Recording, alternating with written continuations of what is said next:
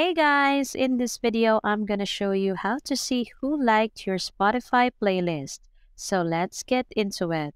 First of all, open your Spotify app. Click on your library at the bottom right corner. We're now taken into this page right here. In here, you should actually be able to see all of your liked playlists that you have on Spotify right now. So just select one of your playlists in here, just as an example. As you can see, I can see the playlist name in here, but just underneath the playlist name, you can also see your name on Spotify.